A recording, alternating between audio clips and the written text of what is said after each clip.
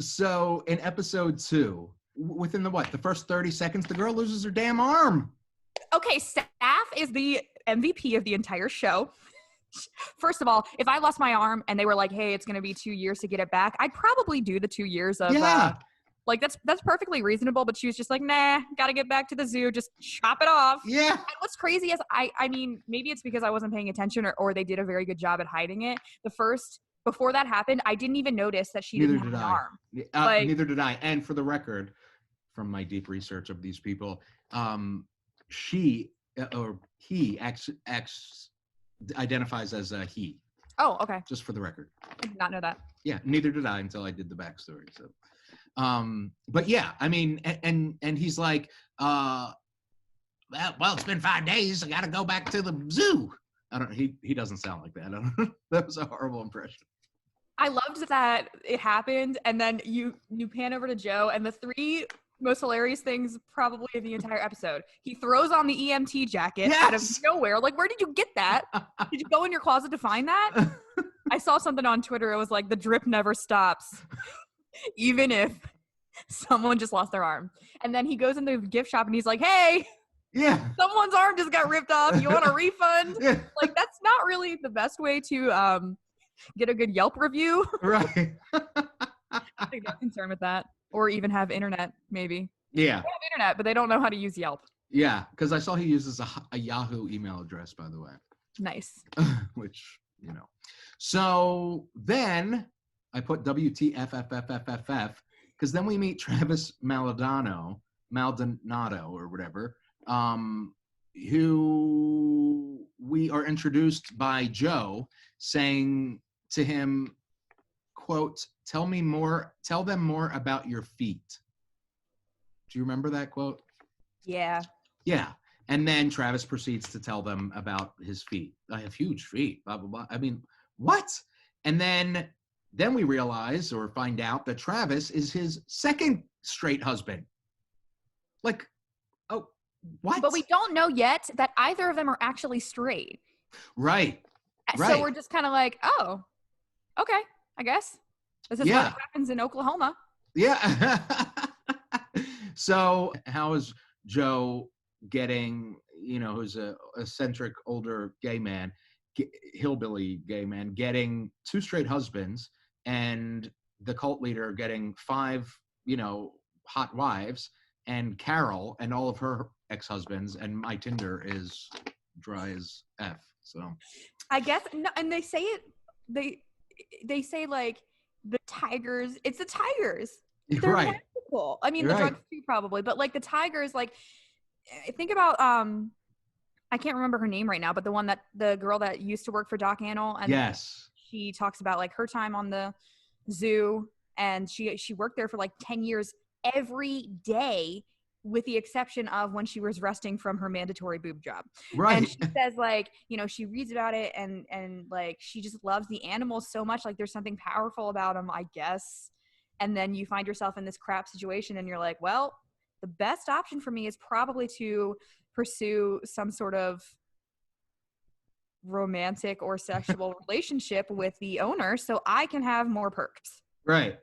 And by more perks, they mean non-expired Walmart meat instead of...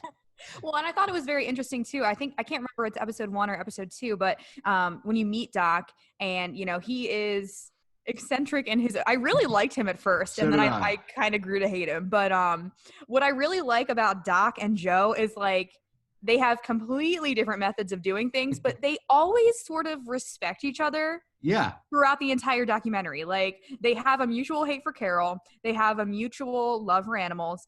But they run they just know. And they know everything about each other. Like, Joe comes out and he's like, I don't know how Doc is getting all of these hot wives. Like, I have no idea what he does, blah, blah, blah. And like, and then you see Doc and he's like, oh man, you got to check out Joe's music videos. They're hilarious. But they're actually not friends. Like, I'm sure they don't really know. But this community is so out in the open somehow. It's just bizarre to me. So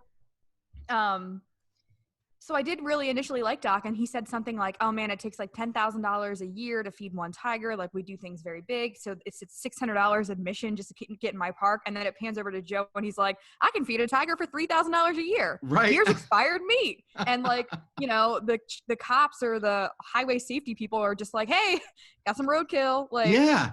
Yeah. And then people are bringing them cows that have died and they're chopping them up. That was so gross. Yeah, no. But I guess that's, I can't imagine. I mean, I can't imagine that's good, like to eat a dead. But also, like, usually in the wild, I guess like predators will attack the most sickly because that's the one that they'll be able to get the fastest. So like, maybe it's not too far off if the timing's all right. Like, I just can't imagine that being. I don't know how that works. Yeah, me either. For a tiger. So then we see a throuple is the word, a three-way wedding. Featuring one gay man and two straight men, and an airbrushed blanket with the three grooms. The shirtless picture. Like, if my wedding picture doesn't look like that, I don't want it. I don't want it.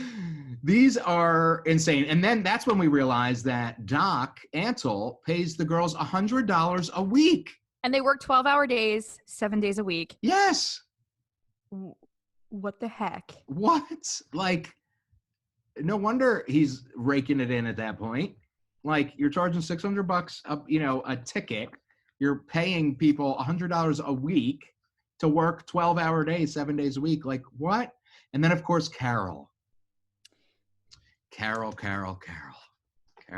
Go on for hours. So, Carole, hey, all you cool cats and kittens, it's Carole. I actually wrote on my sheet here that exact line, and I meant to, when you introduced me, say that, and I completely forgot. And I'm so mad now. We have to do shots of us, video shots of us, like lazily driving our bikes down the lane. You know? Me on my way to murder my husband, steal his will. Oh my God.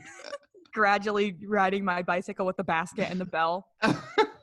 So I will say that at this point I hated Carole. I hated Carole from the moment I saw her. But I ended up liking her more towards the end. Oh no. Yeah, so we're gonna have to talk about that. So we find out that that Carole at her Big Cat Rescue, she has her own music video, first of all, by the way. Did you see it with the girl with the red hair singing? Yeah. And she's like singing into the river. Yeah. About like how majestic these beasts are. Yes. At least she didn't try to do it and use someone else's voice. Yes. That would have been ugly. Yeah. But what is it with these people and these cat songs? Like, I didn't know this was a thing. To me, Carole is like, her whole mission and her image is kind of, like those commercials with what's her name, Sarah McLachlan, and the yes, yeah.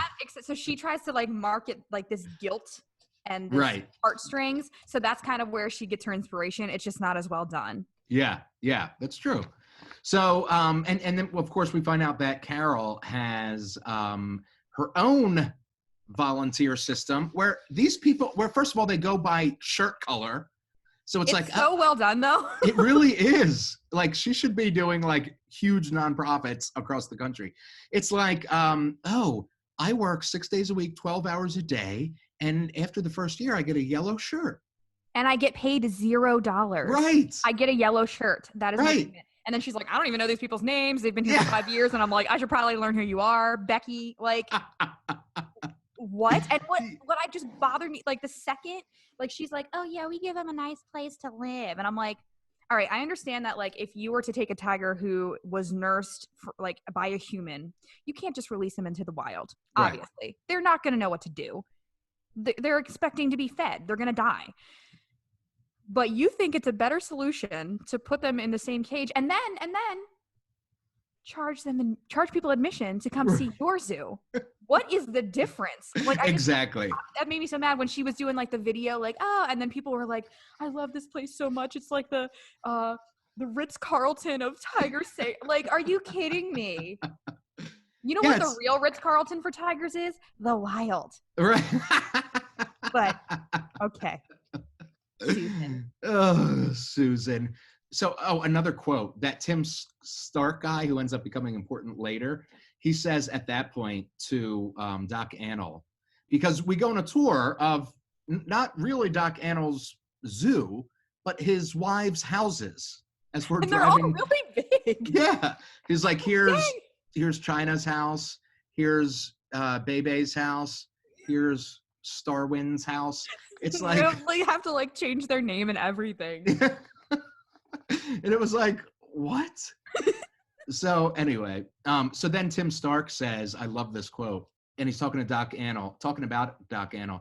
I don't need you to teach me a damn thing about how you got them animals trained. I need you to teach me how you got them women trained. And it's crazy. It's a cult. I swear it's all manipulate. I just can't understand it. Yeah, it's crazy. Every single one of them, all three of them, Doc, Carole, and Joe, all have people practically worshiping them. Yeah. And working for them for either very little or absolutely nothing. Right. And I can't even get a text back? Are you kidding? What am I doing wrong? And then the girl that essentially escaped from Doc Antle's, she had some tea to spill. She was given all the deets on what really went down. And so that was interesting. But then I wrote in all caps, wait, what? Carole inherited millions, because they just dropped this at the end of the episode. Carole inherited millions from a missing millionaire husband. This just dropped in the end of episode 2. And they think she fed him to the freaking tigers. What's crazy is, so like her previous husband, Don, and then the new husband, the weird guy, they're both like old men. So I really didn't realize they were different people. Right. Until it went through the whole and then I'm like, oh, he's already gone. Yeah. He's been gone before this project started. Because they kind of look the same to me. Yeah, they did. So Which I brings was like, us, wait, what? Yeah, which brings us right into episode 3.